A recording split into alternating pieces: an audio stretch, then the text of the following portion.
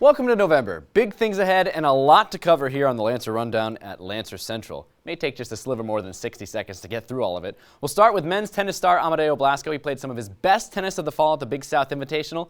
He won the whole thing. He dropped only one set in the entire tournament with an impressive performance. The Lancers have one more tournament left this fall at Liberty.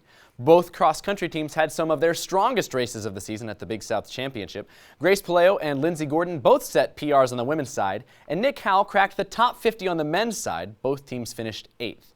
A.J. Kimmich had a pair of assists, and Philippe Inge had 2 goals for men's soccer as the team took down UNC Asheville on senior night. The guys have one match left at Radford on Wednesday, and a shot at the playoffs still in the cards. The women's soccer team battled, rallied, never quit. That's been their story all season, but they came up just short in the first round of the playoffs at Radford, losing 3-2. Emily Kupsov and Kirsten Uhas both scored in that effort. Field hockey scored a massive win at Kent State in overtime, 2-1. Luna Lopez, both goals. We'll probably see her later on in the top 6 plays later on in Lancer Central. The Lancers are back in action at the MAC playoffs against Ball State later on in the week.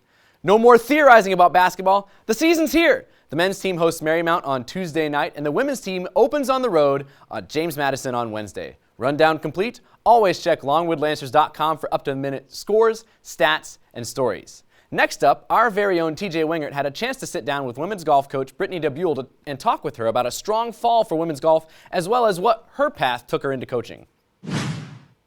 Welcome. We have a treat for you today. I'm joined by women's golf first-year head coach Brittany Dabule. Coach, how are you? I'm good. How are you? I am awesome. Thank you for asking. Well, I first want to talk about, before you got into coaching, what made you take this career path? What inspired you to become a head coach one day? Yes. When I played golf for Winthrop, I either wanted to play professionally or coach collegiately. And after I graduated from Winthrop, I kind of got pulled into the golf professional role at a resort and a private club. So I was a golf professional for 6 years, and I had this opportunity to coach at University of South Carolina, Beaufort, back in my hometown of Hilton Head, and that's kind of how it all got started from there. Well, can you kind of touch on how being a golf professional helps you now as a coach? Right. As a golf professional, you deal with a lot of members. And as a coach, you deal with a lot of donors, alumni. So that communication between the two really helped me as a golf professional, understanding the members, what they want, just forming relationships. And so now, as a coach, dealing with alumni, donors all the time, I was able to kind of ease into that.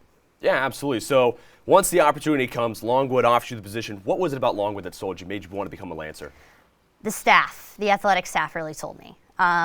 During my interview process, I felt very welcomed by the entire staff of Longwood, Michelle Meadows especially. Sitting down with her, I had an immediate kind of good relationship there. And just from there, I was kind of sold. Awesome. Can you guys talk about the relationship with players, being that you were a player once inside the Big South Conference with Winthrop, excuse me. So being to be able to say you've been there, you've done classes, you've done extracurriculars, you've been an athlete, how do you think that helps mend that relationship with your players? Helps tremendously. I know kind of where they're coming from, all that they're dealing with as a student athlete. I've experienced myself. So it's important to see the different sides of it.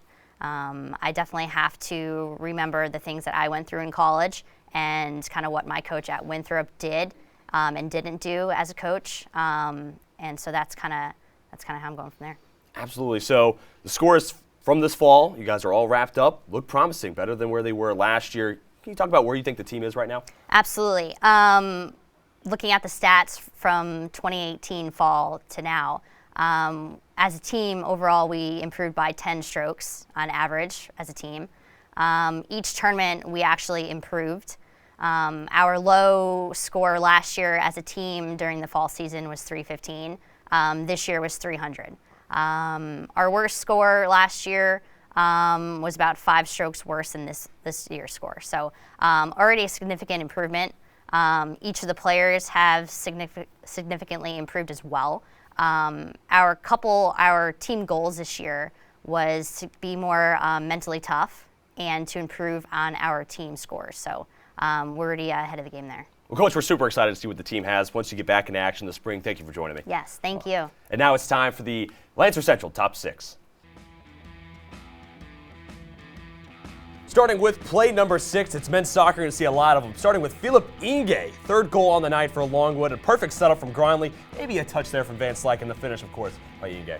And that was a game sealer. Number 5 will move to the other side of Longwood Athletics Complex. Field hockey, 1-0 Longwood's down. Not for long. Carly Harwood takes the bunt and a little push into the goal. Certainly a sick deflection, but mama, there goes that man again. Philip Inge off a beautiful pass from A.J. Kimmick. The finish to give Longwood the eventual game winner.